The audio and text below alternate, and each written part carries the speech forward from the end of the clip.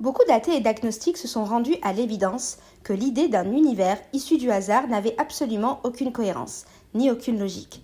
Le hasard ne peut ni produire, ni expliquer comment notre univers a pu émerger. C'est alors qu'une troisième alternative aux deux précédentes traditionnellement connues, la théorie du dessin intelligent et la théorie du hasard, a vu le jour et l'univers serait une nécessité.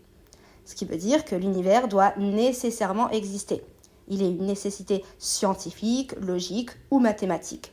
Certains physiciens ont même suggéré que l'univers était une structure mathématique qui devait nécessairement exister et que les mathématiques existaient indépendamment de nous.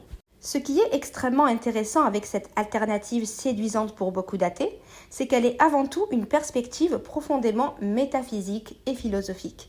Et oui, l'idée selon laquelle l'existence de l'univers n'est pas contingente mais nécessaire, c'est-à-dire qu'il n'aurait pas pu ne pas exister, n'est pas une hypothèse scientifique. Elle n'a aucune preuve empirique, ce qui est extrêmement contradictoire dans la mesure où les athées, par essence, refusent habituellement toute théorie métaphysique puisque non observable. C'est sur la base de ce même argument qu'ils rejettent la théorie du dessin intelligent. Mais bon, continuons.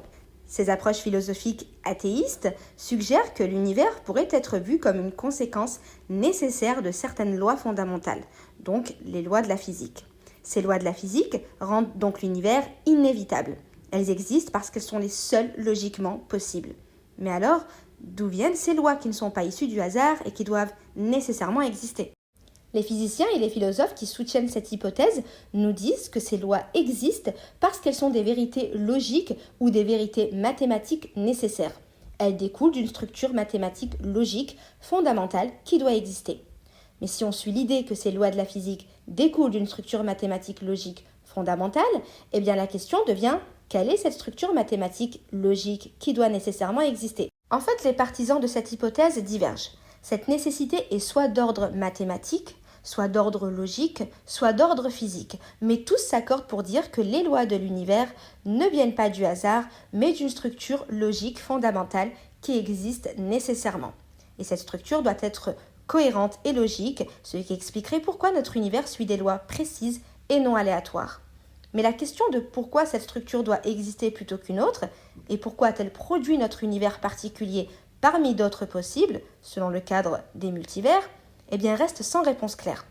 Mais ce qui est encore plus extraordinaire est que la théorie selon laquelle l'univers est une nécessité basée sur une structure fondamentale logique est un plagiat total des arguments théistes qui postulent que Dieu est cette structure nécessaire.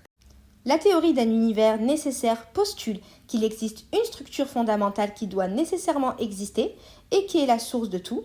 Les théistes disent Dieu est la structure fondamentale qui doit nécessairement exister et qui est la source de toute chose. Les théistes disent Dieu est éternel et nécessaire, il n'a pas besoin d'explication. Les partisans d'un univers nécessaire nous disent la structure mathématique est éternelle et nécessaire, elle n'a pas besoin d'explication. Il y a donc bel et bien une tentative inconsciente de chercher une explication rationnelle et logique à l'existence de l'univers, tout en évitant d'employer le mot Dieu pour des raisons purement idéologiques. Historiquement, Dieu était l'explication logique, un être pensant structurant l'univers avec un ordre précis. Aujourd'hui, ceux qui rejettent cette vision trouvent des alternatives qui ressemblent étrangement à cette idée, mais sous un autre nom. Loi fondamentale, structure mathématique nécessaire, principe logique absolu, etc. Il s'agit bien d'une forme de théisme caché en remplaçant Dieu par une nécessité abstraite aux mêmes attributs que Dieu, en lui retirant seulement sa conscience, tout en conservant une explication rationnelle de l'univers.